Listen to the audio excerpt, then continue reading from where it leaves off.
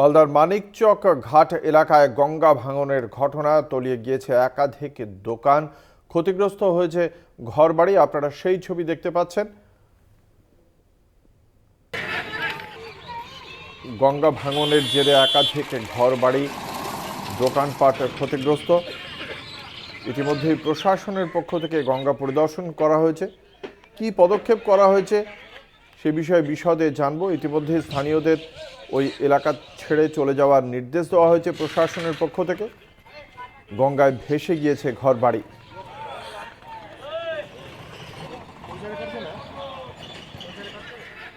মালদার মানিকচক এলাকার ঘটনা, গঙ্গার গ্রাসে তলিয়ে গিয়েছে ঘরবাড়ি, দোকানপাট, বহু মানুষ ক্ষতিগ্রস্ত। ইতিমধ্যেই ওই এলাকা ছেড়ে স্থানীয়দের সরে যাওয়ার নির্দেশ দেওয়া হয়েছে প্রশাসনের পক্ষ থেকে। আমাদের সঙ্গে রয়েছেন আমাদের প্রতিনিধি পরিতোষ সরকার। পরিতোষ, এখনো পর্যন্ত প্রশাসনের পক্ষ থেকে কি কি পদক্ষেপের কথা বলা হয়েছে? ক্ষতিপূরণের বিষয়ে কি কিছু বলা হয়েছে?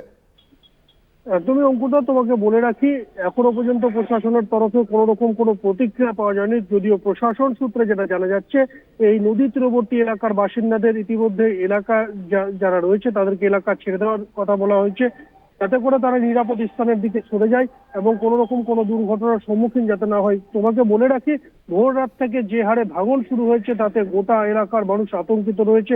দোকানপাট তলিয়ে যাচ্ছে, পাশাপাশি বাড়িঘরের বিভিন্ন অংশ ক্ষতিগ্রস্ত হয়েছে। সব মিলিয়ে মানুষ তীব্র আতঙ্কের মধ্যে রয়েছে। এই গোটা পরিস্থিতিতে প্রশাসনের পদস্থ আধিকারিক, যে পুলিশের আধিকারিকরা পরিদর্শন করছেন, ব্লকের বিডিও পরিদর্শন করেছেন। এই গোটা পরিস্থিতিতে কি ধরনের পদক্ষেপ নেওয়া যায় তার জন্য একটি আলোচনা পর্বও রয়েছে প্রশাসনিক স্তরে, এমনটাও জানা যাচ্ছে। সেই আলোচনার পর যাবতীয় বিষয় পরিষ্কার হবে। কারণ গতকালই রাজ্যের সেচ মন্ত্রী এই মানিকচকের ভাঙন ও বন্যা পরবর্তী পরিস্থিতি পরিদর্শন করে গেছেন, আধিকারিকদের সাথে বৈঠক করেছেন, বেশ কিছু নির্দেশিকা দিয়েছেন।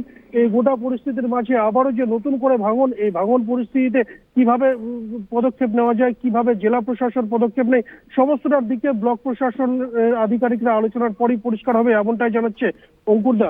ধন্যবাদ। আমাদের সঙ্গে ছিলেন আমাদের প্রতিনিধি পরিতোষ সরকার।